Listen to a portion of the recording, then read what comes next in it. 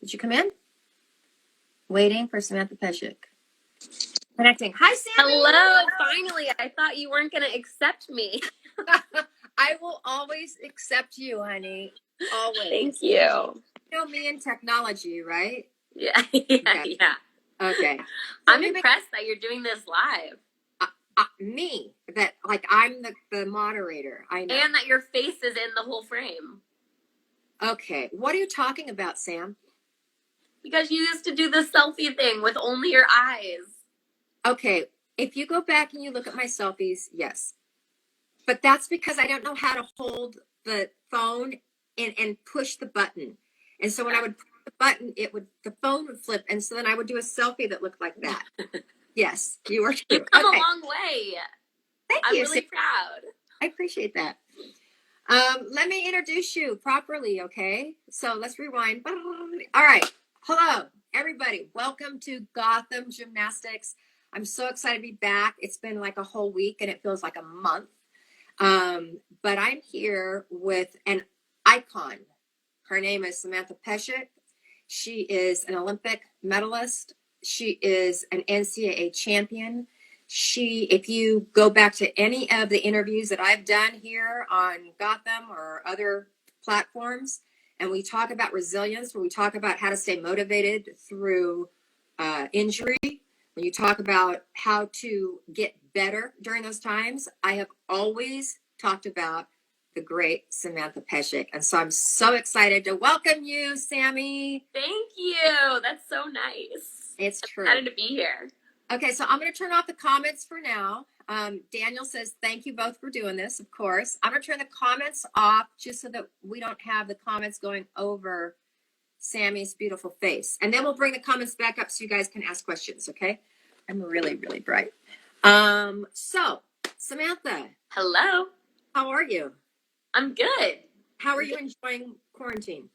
You know, it was an adjustment at first, considering my life is traveling. And I think anyone that's seen, what I do for a living, I genuinely love my job. So I was very worried at first. But now I feel like I've found this new normal and I'm really in a routine and a rhythm. And I have more structure in my life since I've been in college. And it's actually been really nice. I'm appreciating all these things in my life. So what have you done for the people who don't know what you do since you graduated from college and then retired from gymnastics? What have you been doing?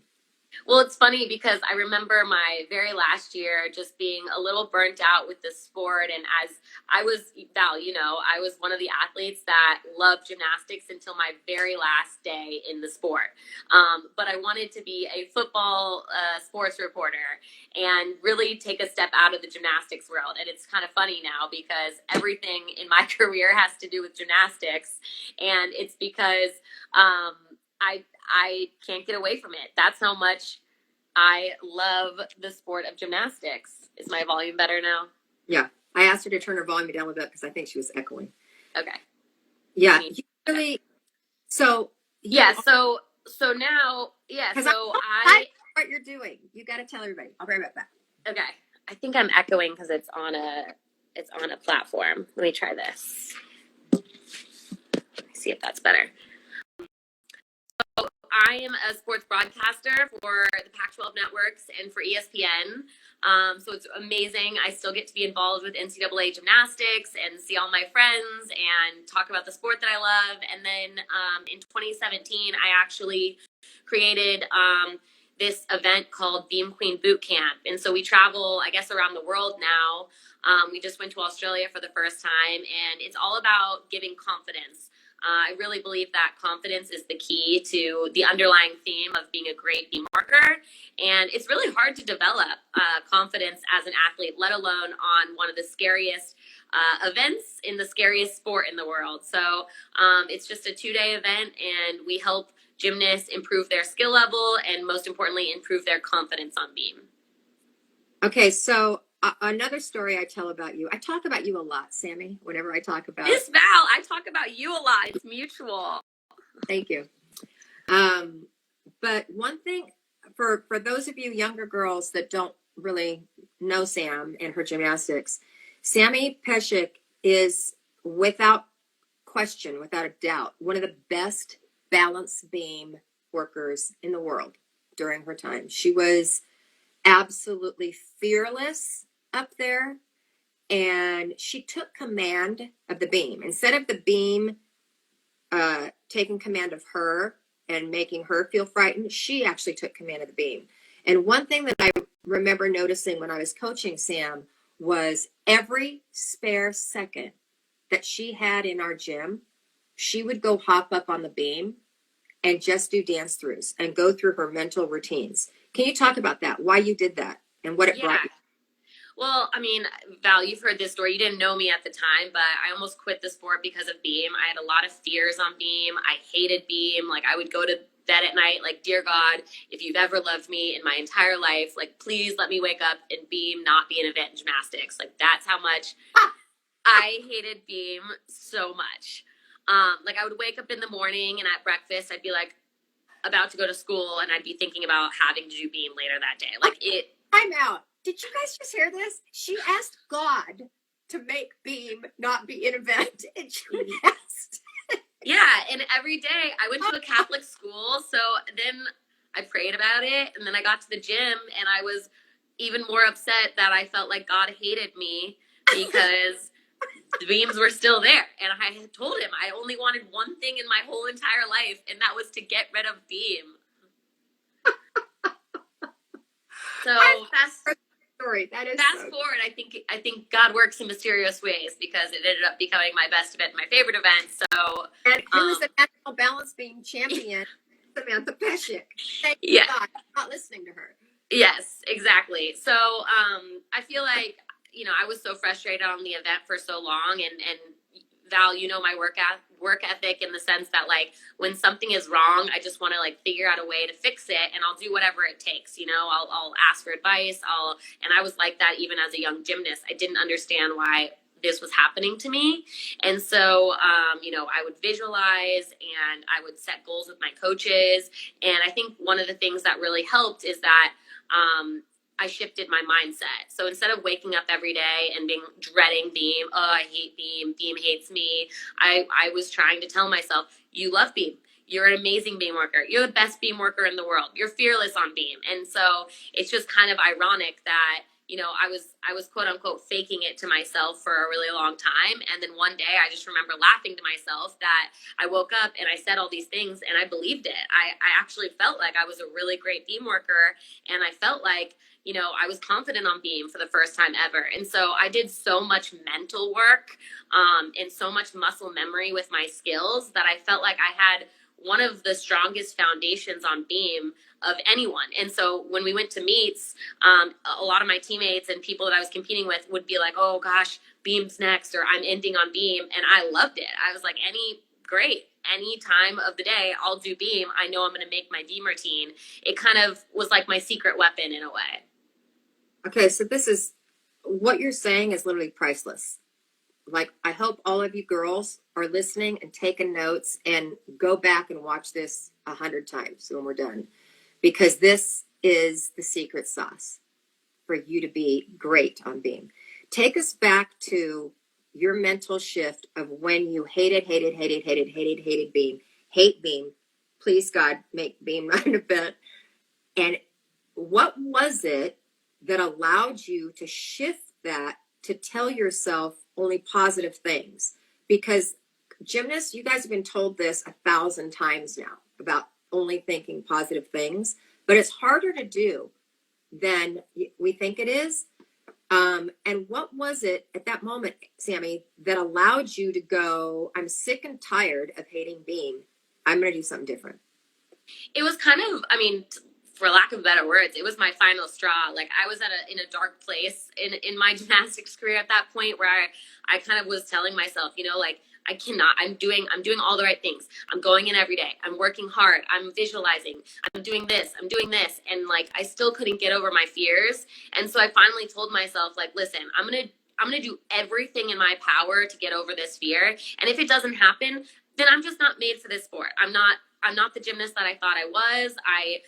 And so I almost was trying to prove myself wrong in a way, because I didn't feel like I I moved up the levels pretty quickly. I was powerful. I had all the ingredients, but like what was between my ears, what was stopping me? And I didn't have a bad injury. I never saw anybody have a bad injury. I don't know why I was afraid, but it was so frustrating. And, when you're frustrated, your coaches are frustrated and everybody's just frustrated because they want what's best for you.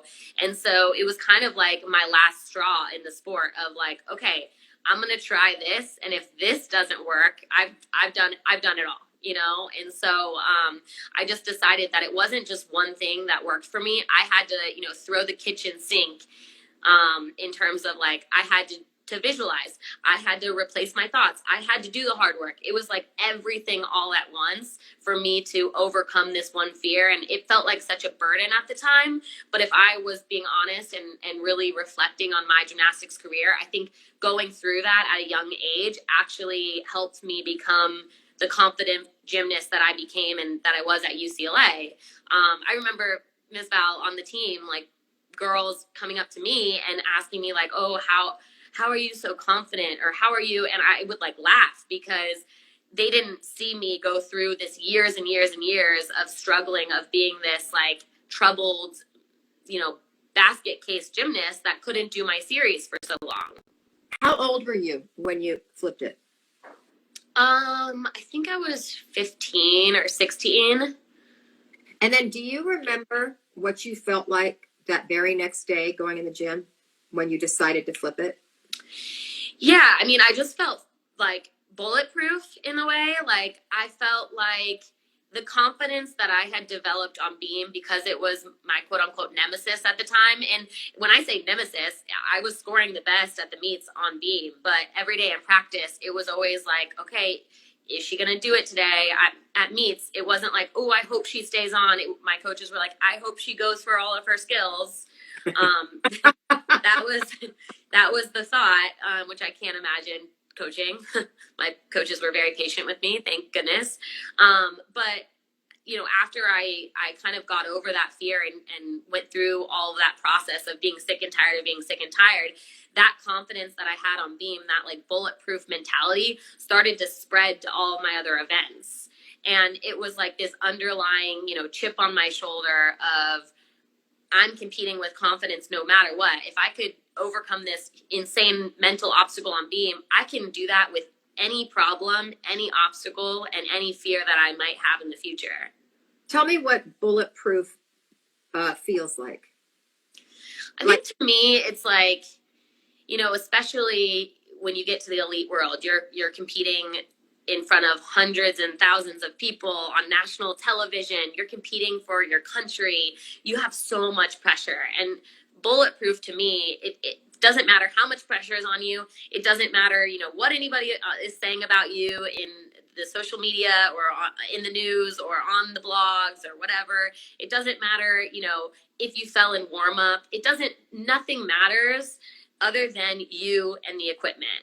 And so to me, bulletproof just means like the wind could be blowing and you won't fall off the beam. Like it could start raining in the arena and you still wouldn't fall off the beam. Like there is nothing that could possibly get you off the equipment when you have that bulletproof mentality.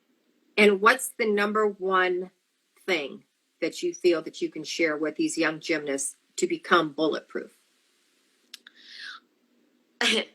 Well, I'm going to quote you, Miss Val. So this is very ironic, but the first thing that came to mind was it's a choice, right? And everybody has a choice. And I think, it takes you taking ownership of your gymnastics. And, that's why so many of us are giving back, why you're giving back. That's why I'm giving back. It's one of the most difficult sports in the world. And if I would have known all of these secrets at a younger age, I would have been a lot happier and maybe more successful at a younger age. But for me, it's a choice. No one can jump in your brain and see what you're thinking, right?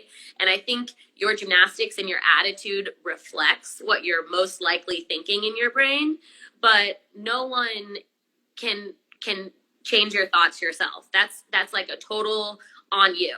So when you start thinking those negative comments, it's no one's fault that you're thinking those negative comments. It's your own fault, you know? And so if you're complaining, if you're, you know, being a crabby in the gym, if you are kind of being that person that like is just upset all the time, that's going to reflect in your gymnastics. And so for me, it would be silly, right, Miss Val, to say that we just wake up every morning and it's great and like life is amazing and I just tell myself I'm beautiful and it, you know, that doesn't happen either.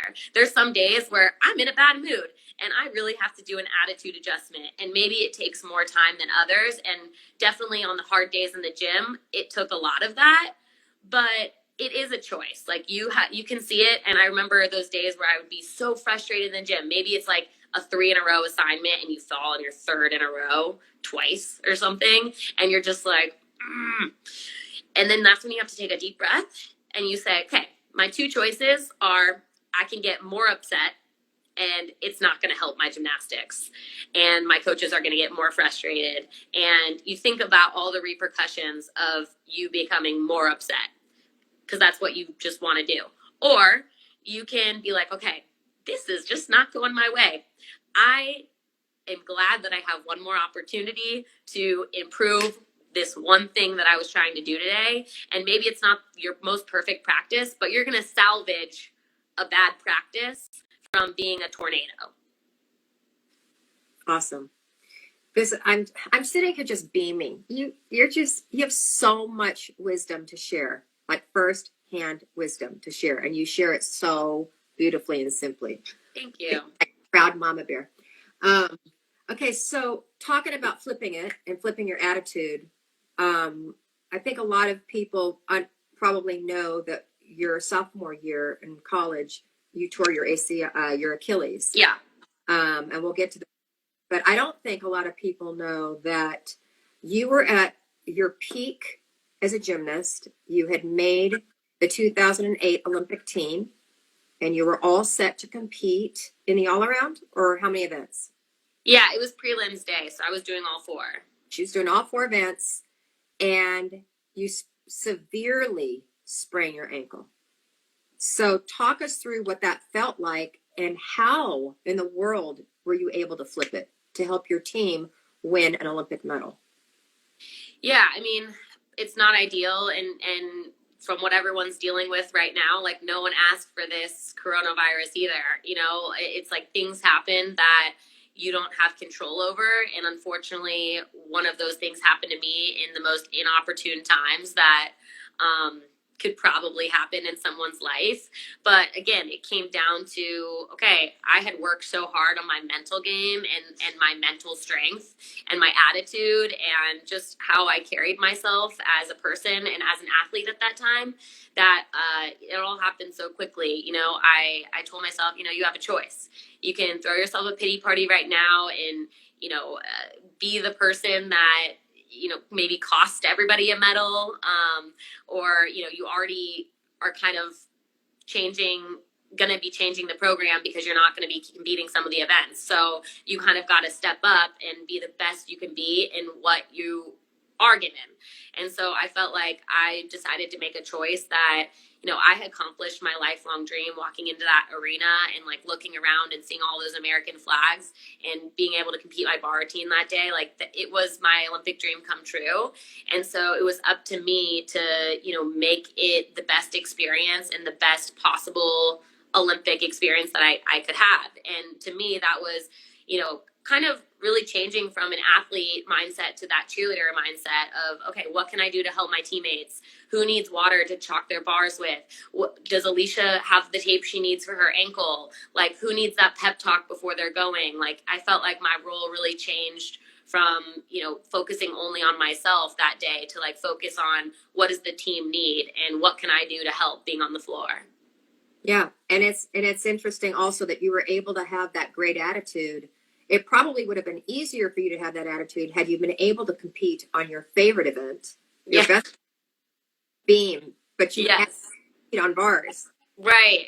Yeah, it was very ironic that the one event that I feel like historically hasn't been the easiest for me to learn and compete was the one event I competed in the Olympics and the only event that I got a perfect 10 on in college. That's crazy. You never got a 10 on beam? No. No. Okay. Yeah. I Well, know. okay. I'm going to go back and talk to those judges. I know. Amanda Turco, the other day, we had her on online gym school. She's like, yeah, I gave you a couple tens in your career. I'm like, well, you didn't, because I only got one. She was like, oh, really? I was like, yeah, it's okay, though. It's fine. I'm not still bitter. It's fine. Okay. So, Sammy, you are extremely smart, and you are stubborn, and you are headstrong, and like when you believe in something, you go to battle no matter what. Okay. So, one of the things that I insist our gymnasts at UCLA do is smile during their beam routines. And every gymnast that comes into college, especially elite gymnasts like yourselves, do not smile. It's serious work and it's focused work, and you're not supposed to be smiling up there. It's business. And I had done my studies up on this, and I had found out that Harvard University, one of the greatest universities in the world, had done a study on the power of smiling, and that when the muscles in your face go up, it actually tricks your mind into believing you're happy.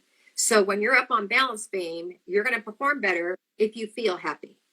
So that is one reason. Plus, the other reason is I've always felt that balance beam, even though it's only 4 inches wide, is a stage.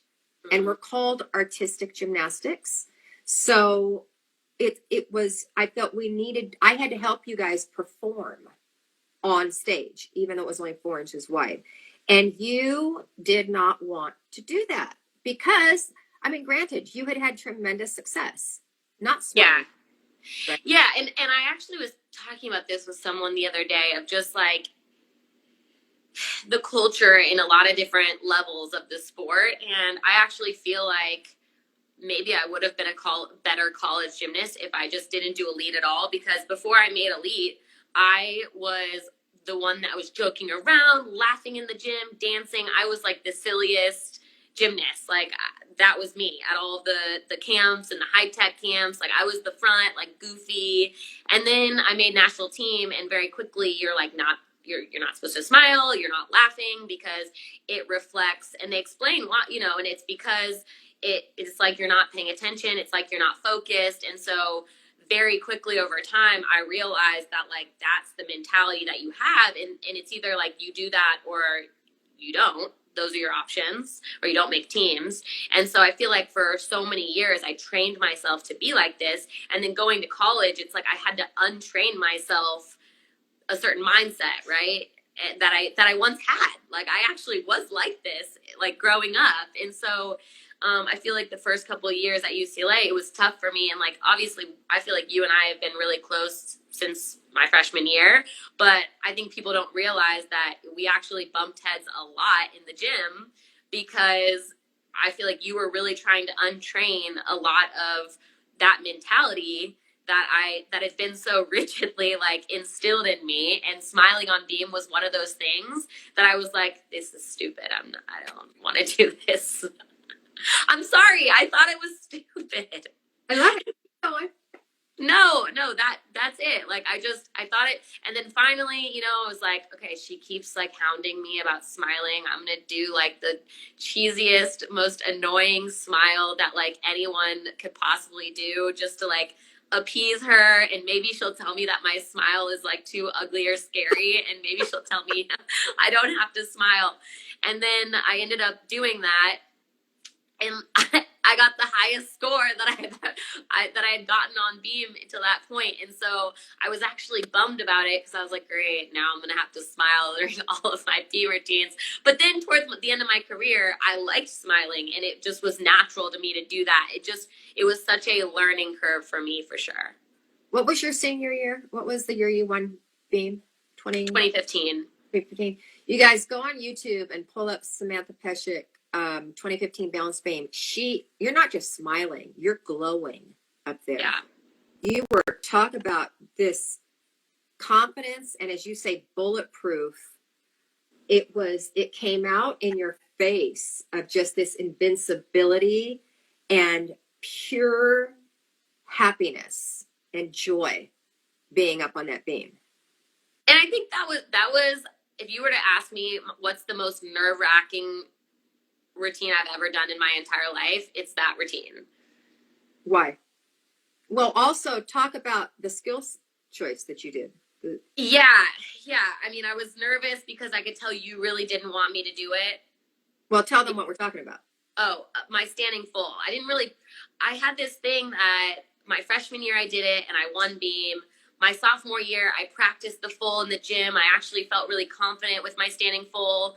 And then I was going to pull it out at nationals and I didn't make beam finals. And so then I had this like weird thing that I shouldn't practice it during the year. And so I didn't practice it my 5th year, and I think in warm-ups I fell on like 9 out of 12. Like my percentage was not great at all, and I could tell. And it was my last beam routine ever. Even if I wanted to do another one, this was it. Like fall or hit the routine, win or lose. This was my last ever routine as a gymnast, and so I just remember like the look in your eye, and you were like, like I could just tell you were just wanted me to hit a good routine, whether I won or not. You just wanted me to like finish on a good note, and like I just couldn't not do it. And you were like, okay, that's fine. And I told you if I fall, I'm just gonna stay on the beam and do every trick that I've ever possibly competed. You did for no reason. You said, I don't care if my routine's like 3 minutes long. I'm gonna do every skill I've ever did ever because it's my last routine I will ever do. Oh my God, thank goodness I made that routine. Yeah, and so I was just so nervous because I wasn't super confident with my skills, but I kind of just channeled everything. It was a surreal moment because I think right before I saluted, I just channeled everything that I had taught myself mentally over the years of, the muscle memory, how many times I probably have done that full in my life, how to just totally be zoned in the zone, like focused on what I was doing, but also, I remember midway through my routine, I was doing like a dance part, and part of me just wanted to like stop thinking about the routine and just like take in the moment.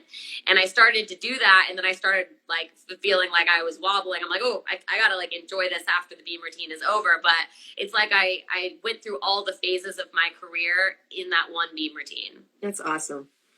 Okay, so I hope that every single one of you gymnasts gets to attend a Beam Queen boot camp, because as Sammy said, it's what she learned, how she became invincible on beam, transferred to the other events in her gymnastics. And I believe that is one of the most powerful things about learning how to become a really good beam worker, is it makes all the other events better. And if you can, once we get out of this quarantine and she starts up with her Beam Queen boot camps again, I hope that you all can attend one, and it will be absolutely more than worth any of the money or time that you spend there. What can kids expect to get out of Beam Queen boot camp? I mean, the first thing that comes to mind is after I finished from the sport, I really reflected on that last beam routine and everything in my career, because I was like, gosh, if only I would have known what I know now as a younger gymnast, my whole time would have been a lot easier. So it's really everything I wish I would have known or I wish I had as a young gymnast. And that's, remembering to find the joy in the hard times and find the joy in the challenge of, not being so hard on yourself when you make a mistake in practice. That's what practice is for, making a mistake, right. And just that evolution of the mental process of gymnasts in general, and this, are type A perfectionists. We're bred to be that. We're typically really strong academically. We're strong athletically, like everything we try our hardest, which is why I think young gymnasts are amazing and so great. But I think with that comes the importance of reminding everybody to enjoy the process and to enjoy those phases of your life. and enjoy the struggles, because, when you get over the struggle, you're going to appreciate it so much more that you had to work for that, and the life lessons that you learned from that. So really, Beam Queen Boot Camp, we're doing beam skills, we're doing drills, we're doing leaps and jumps, you're learning choreography, you're doing confidence training, and I'm teaching them the 3 rules of beam that I created to hopefully help them never fall off beam again. Awesome. That is so great. I was able to be a part of one of your Beam Queen boot camps, and it was just so inspiring and exciting. Okay, I'm going to turn the comments on so you guys can ask Sammy here. This is honestly one of my most favorite parts. I love all the questions that come up. Thank you both for doing this. We love doing this. I love coming on Gotham Gymnastics and doing this. So if you have a question for Sammy, let us know. Hello. Hi, I think your camera's turned around. Mine? Oh, how'd that happen? I don't know. Good job, Sammy. I have no idea how that happened. I don't know how you turn off comments. How do you how do you sign up for Beam Queen Boot Camp? So we haven't announced our summer dates and locations because of the uncertainty that we're all in right now. But if you go to beamqueenbootcamp.com, you can check out more information. We also have a YouTube channel with a lot of our beam experts giving you tips and tricks that might be good to check out.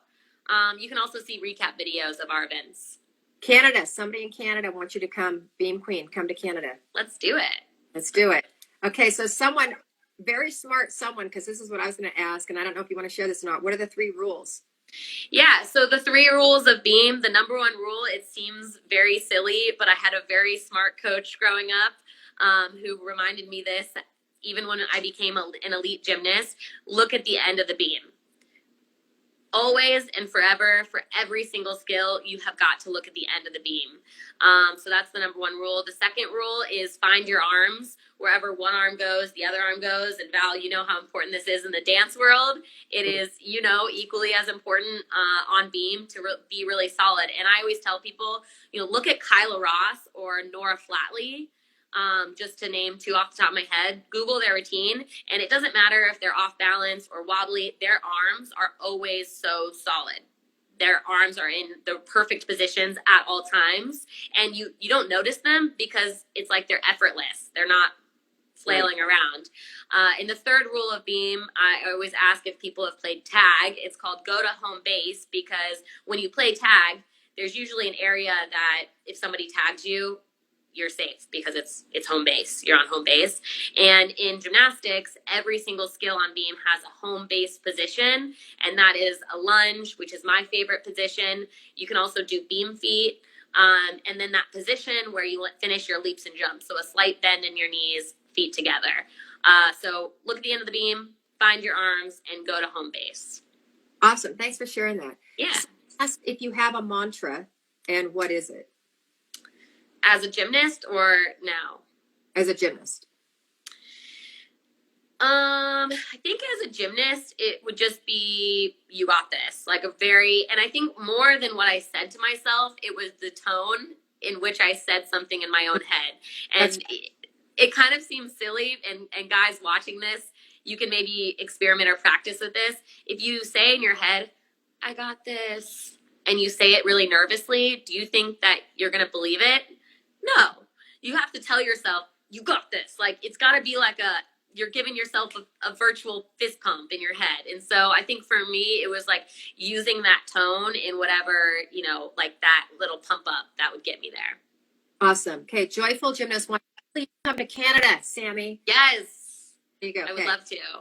And then London, England asked the same thing. Okay. So from coaching you were a really, really tough, strong competitor. But just like every single athlete, you made mistakes and you fell, and sometimes you fell hard. And you had what I always felt is that you had a really good balance of being mad that you fell, but not getting down on yourself so it affected the next turn. So take us through your mindset of how you got over disappointment. Yeah.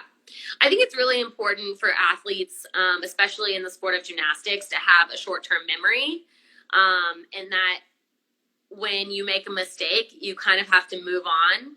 It's really impossible to think of two things at once. And so if you're thinking of, oh my goodness, I just fell, that's taking away from that positive voice in your head saying, focus on this next skill or your corrections or your cues or whatever your typical mental choreography is. It's taking away from that. You're using that inner voice to say something negative, which isn't helpful. And so I always like to take things a step back and really connect the dots to make them make sense for myself. And, you know, if you think about why you made a mistake or why you fell, it's probably because you had a mental lapse, right? You probably, like, for a split second thought something that you weren't supposed to, or you weren't thinking of the correction or whatever. And so if you're dwelling on that, that means you're missing it for the second turn.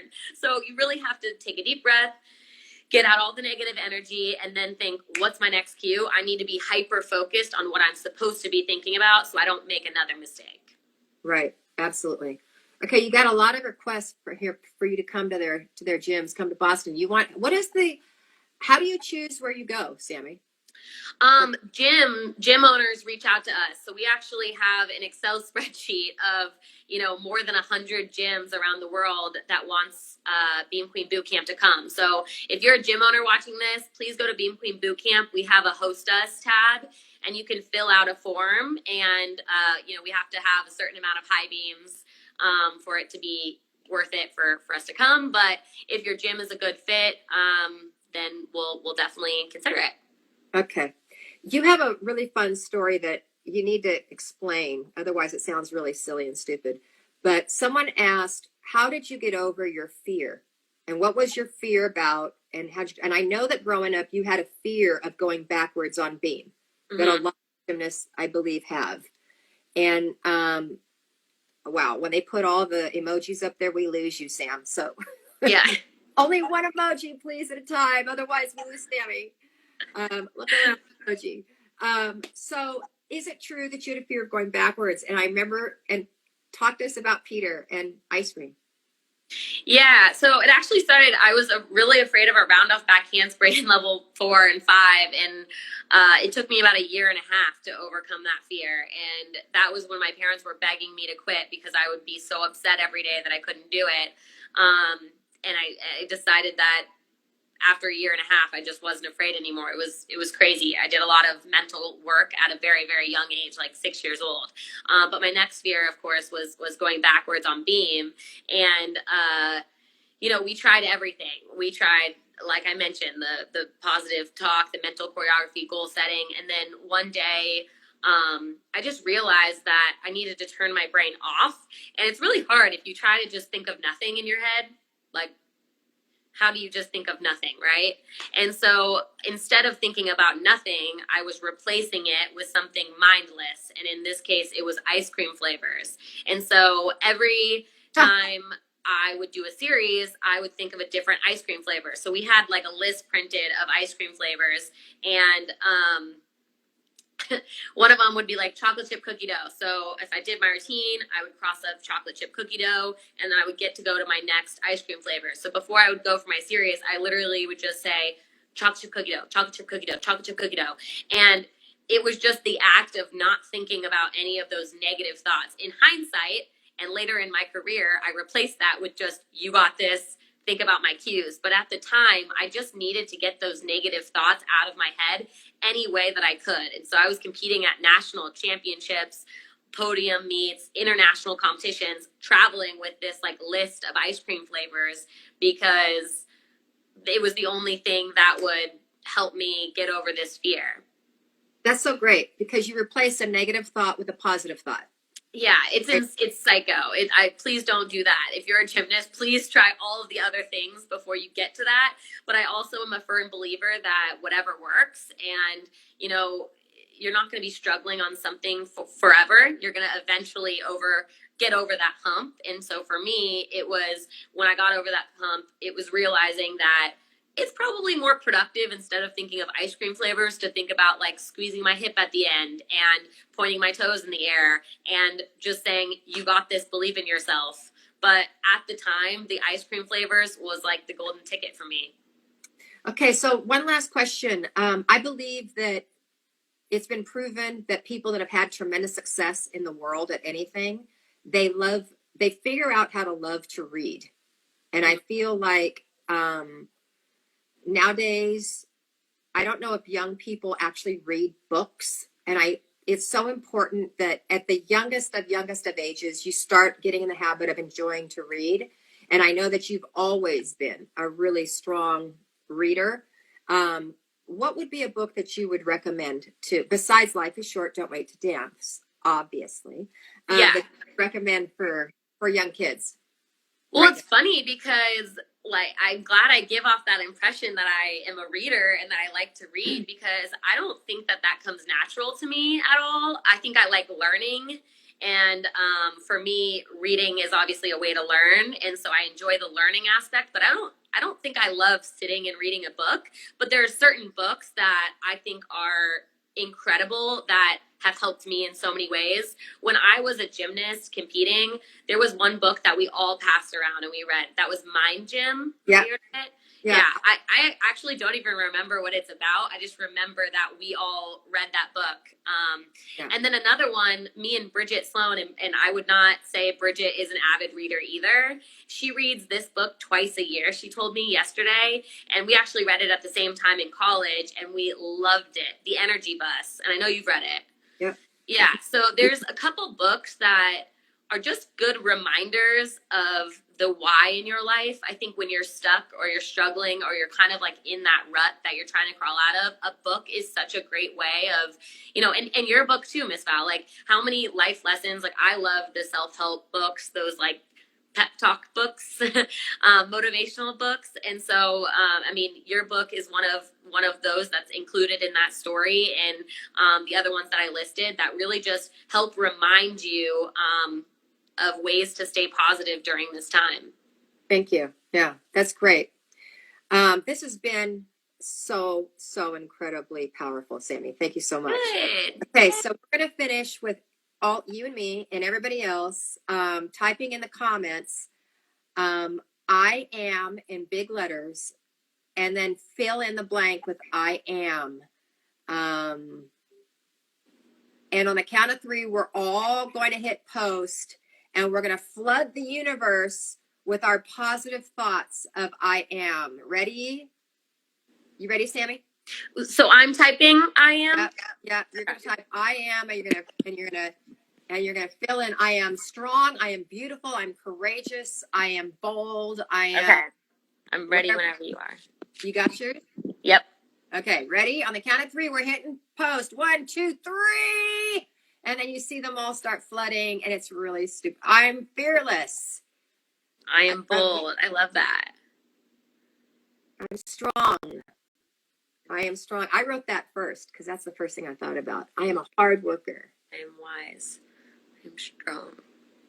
This is great. And I would also encourage you guys, this may also sound silly, but we're all in quarantine, so no one has to know.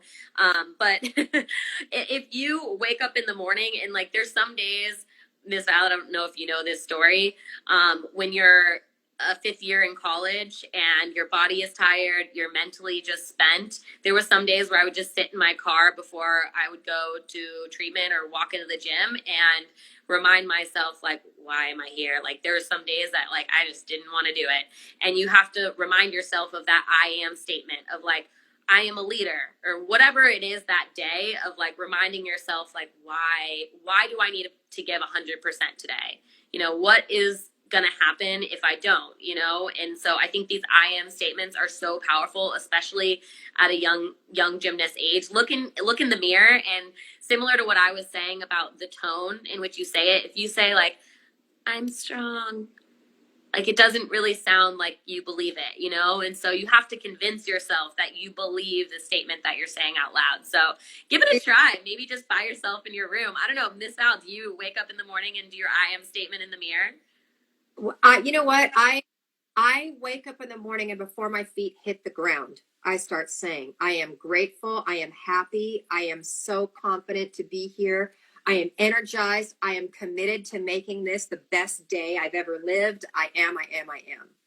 Yeah. And I think that that's telling from your actions and the way that you live your life. And so even though I don't know what happens in your head, Mm-hmm. I can have a good guess, right? Because if you would live your life in a very negative way and just kind of be crabby, it's very clear that in your head you're maybe insecure, you're maybe struggling with something. And so yeah, I think that you did a great job of passing that along and reminding all of us, the athletes you coached, to live your life in that way too. I am loving. Look at I'm confident. These I ams are really thoughtful, you guys. These I ams are really, really powerful. You guys should put these I am statements on a vision board. That's something that I wanted to do this weekend, I think. Make a vision board. Yeah, we've talked a lot about vision boards as well. So, great. All right, Sammy, we got to have you back because there's a lot more to talk about. For now, sounds good. Everybody have a great weekend. Obviously, be safe, stay home.